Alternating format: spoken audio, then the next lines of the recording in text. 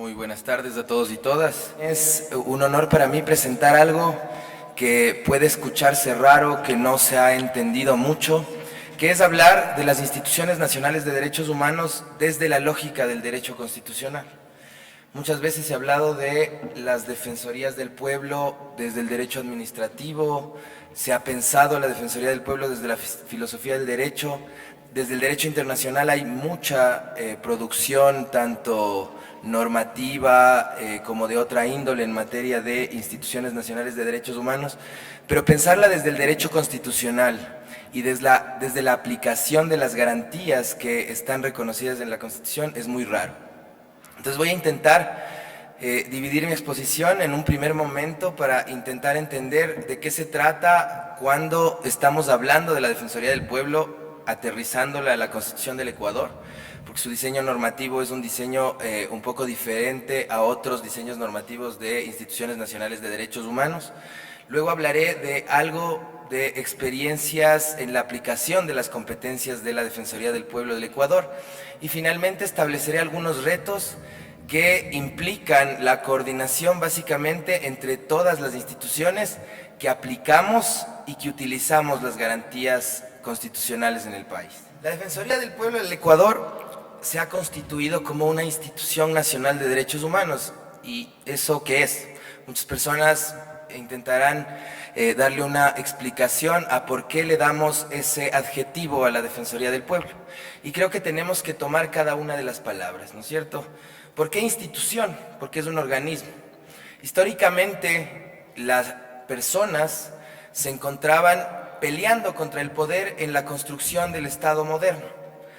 El poder ejerce atribuciones y las personas no tenían otra opción que utilizar la fuerza para poder repeler el uso excesivo de esas atribuciones. De a poco eso se fue limitando a través de, valga la redundancia, la limitación más agresiva que puede dar el Estado frente a la gente, que es la utilización de ese poder punitivo que tiene. Entonces, las personas que intentaban repeler el poder a través del uso de la fuerza, lo que hacían era estar privadas de su libertad, aplicación del derecho penal, por ejemplo.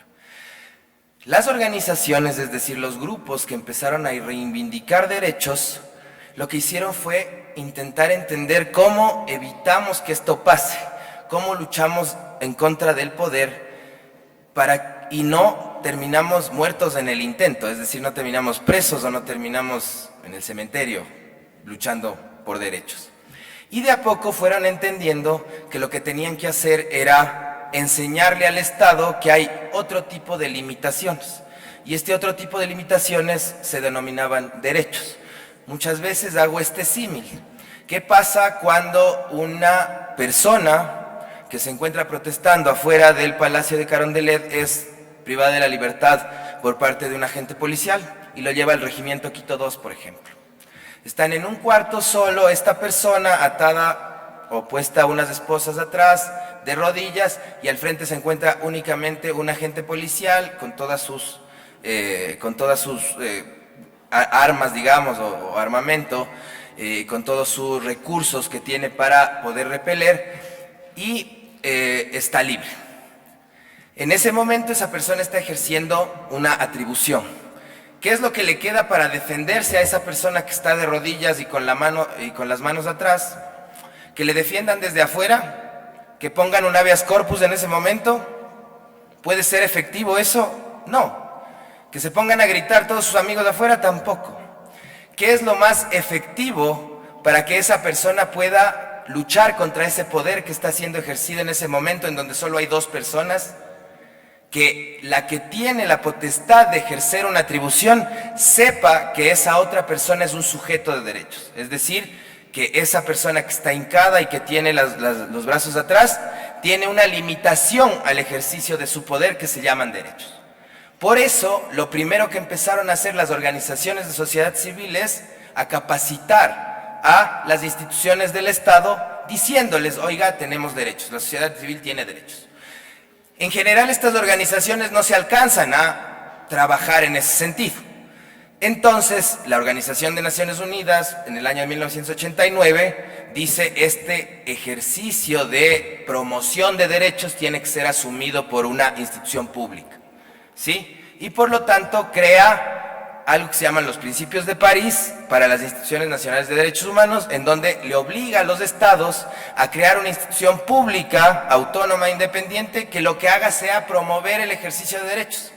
Y para promover el ejercicio de derechos tenía que educar a las instituciones que ejercen el poder. Para eso nace la Institución Nacional de Derechos Humanos.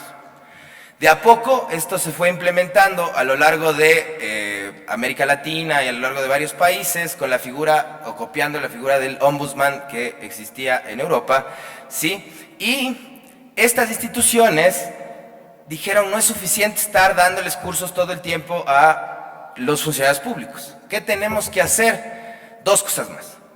Empoderar a la sociedad civil, sí, en sus derechos, pero además tener la capacidad de reaccionar. Porque ¿quién estaba reaccionando frente a el ejercicio abusivo del poder? Las mismas organizaciones, ¿no es cierto? Que no se alcanzaban, hasta ahora pasa lo mismo.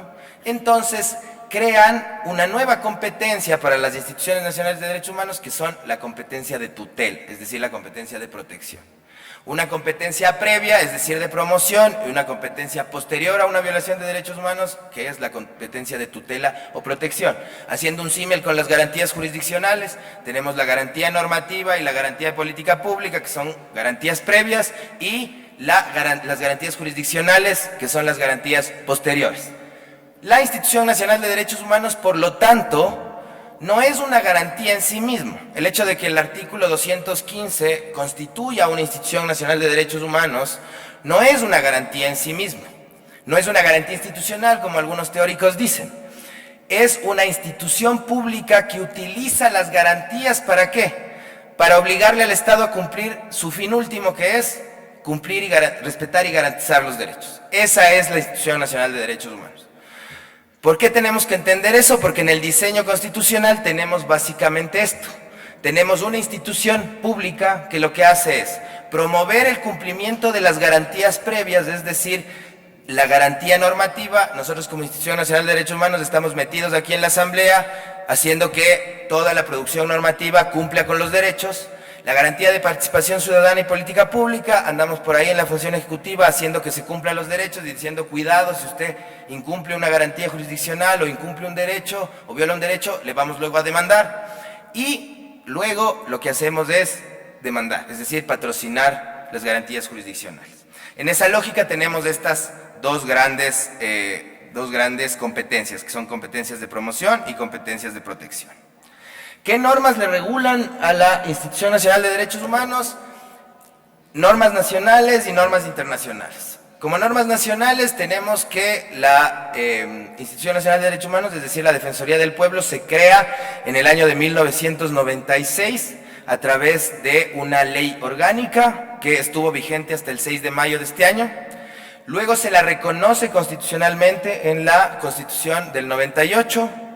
Se vuelve a rediseñar sus competencias en la Constitución del 2008, se le fortalece tanto en el artículo 203 como en el artículo 215 y 216 de la Constitución, y se le atribuye ser parte de la función de transparencia y control social. ¿Y eso qué nos hace pensar? Nos hace pensar que la Institución Nacional de Derechos Humanos, es decir, la Defensoría del Pueblo, es un órgano de control. Entonces, entender constitucionalmente la existencia de la Defensoría del Pueblo implica entender que tenemos un órgano de control del cumplimiento de derechos. Y eso no le gusta mucho a las otras funciones del Estado. ¿Por qué? Porque tienes una institución pública que lo que está haciendo es no vigilando el gasto como hace la Contraloría, no vigilando, como hace la superintendencia, otro tipo de competencias, sino vigilando el cumplimiento de las obligaciones en materia de derechos humanos. Por eso es que es tan necesario darle o dotarle a la Institución Nacional de Derechos Humanos de autonomía y de independencia en el ejercicio de sus atribuciones. Esto, en algún punto de la historia del país, se vio en duda. La Defensoría del Pueblo era una institución autónoma. Unos dicen que sí, otros dicen que no. Ahora actualmente se está intentando construir por lo menos normativamente una institución autónoma. Desde el 6 de mayo tenemos la Ley Orgánica de la Defensoría del Pueblo que le dota de autonomía administrativa y financiera también a la institución. Ya no tenemos que estar yendo al Ministerio de Trabajo, ya no tenemos que estar yendo a las EMPLADES a que nos aprueben todos estos planes que existen para poder constituir una institución pública, sino que autónomamente nos podemos regular.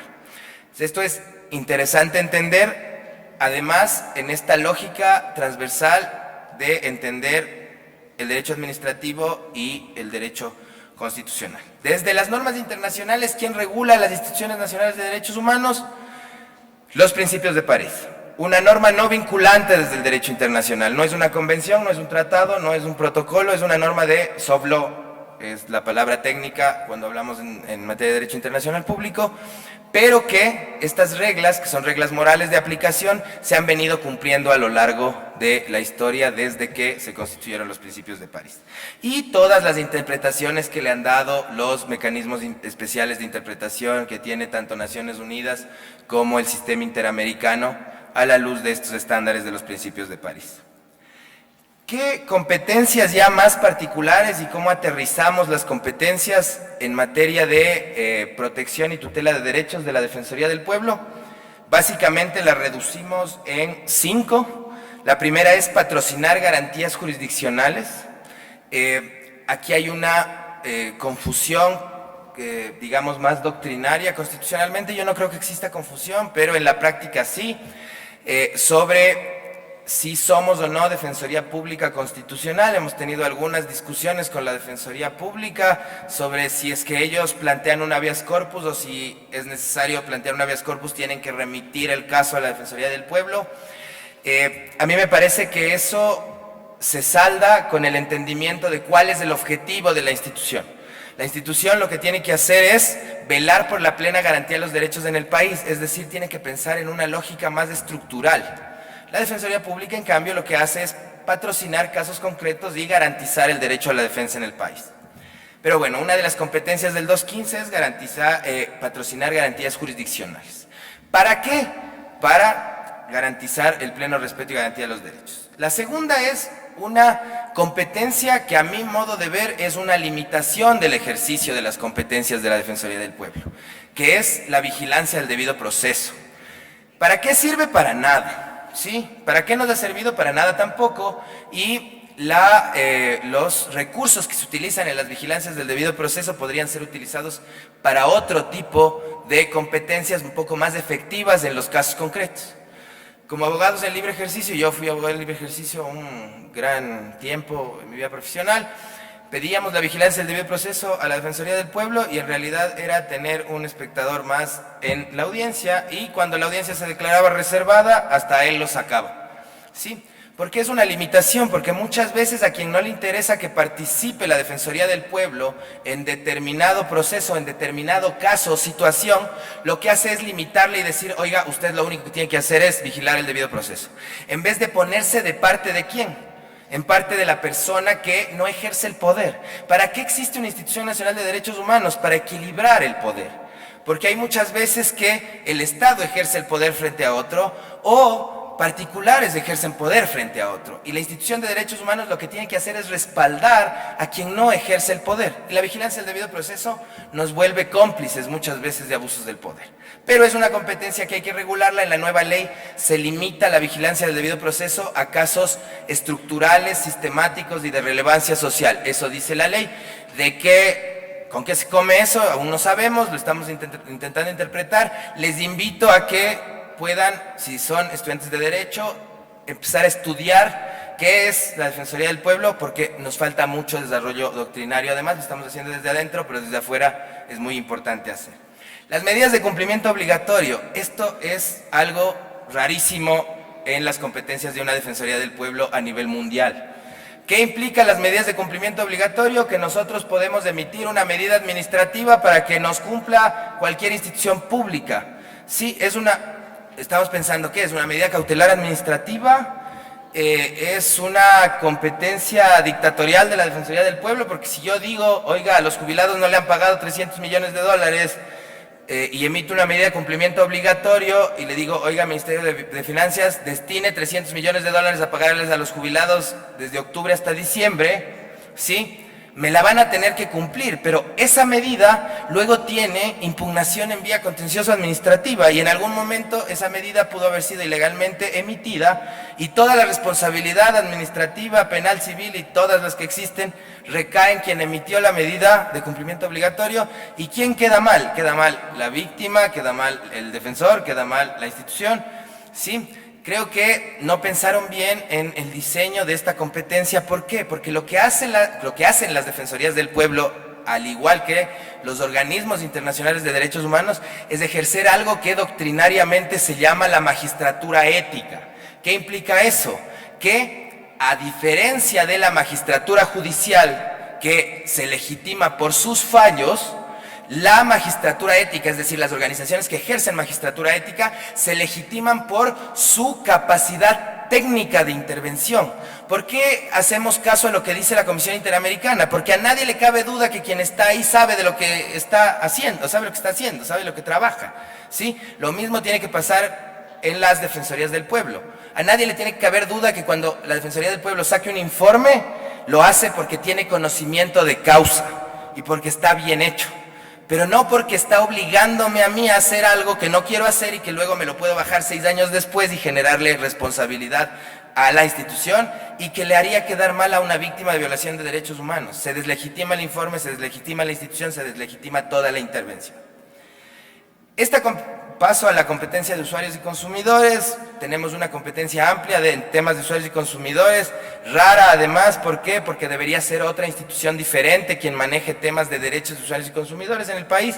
La Defensoría del Pueblo en la actualidad tiene una carga procesal del 60% en materia de casos de usuarios y consumidores, en donde casi no se llega a ninguna solución adecuada y efectiva. ¿Sí? Creo que hay que pensarlo de manera diferente. Estamos actualmente regulando esta competencia para poder intervenir en casos estructurales o de mayor envergadura, porque estarle cayendo al almacén de electrodomésticos cada vez que te vende mal la plancha, lo que hace es echarnos para atrás en esa magistratura ética de la cual estaba hablando. Si es que somos una institución que tiene que tener jerarquía, el estar en el caso a caso nos desgasta y además le vuelve inconveniente e inefectiva a la competencia. Y finalmente, la prevención de la tortura. Nos hemos constituido como mecanismo nacional de prevención de la tortura a la luz del protocolo adicional a la Convención de Naciones Unidas para la Prevención de la Tortura. ¿Qué hacemos?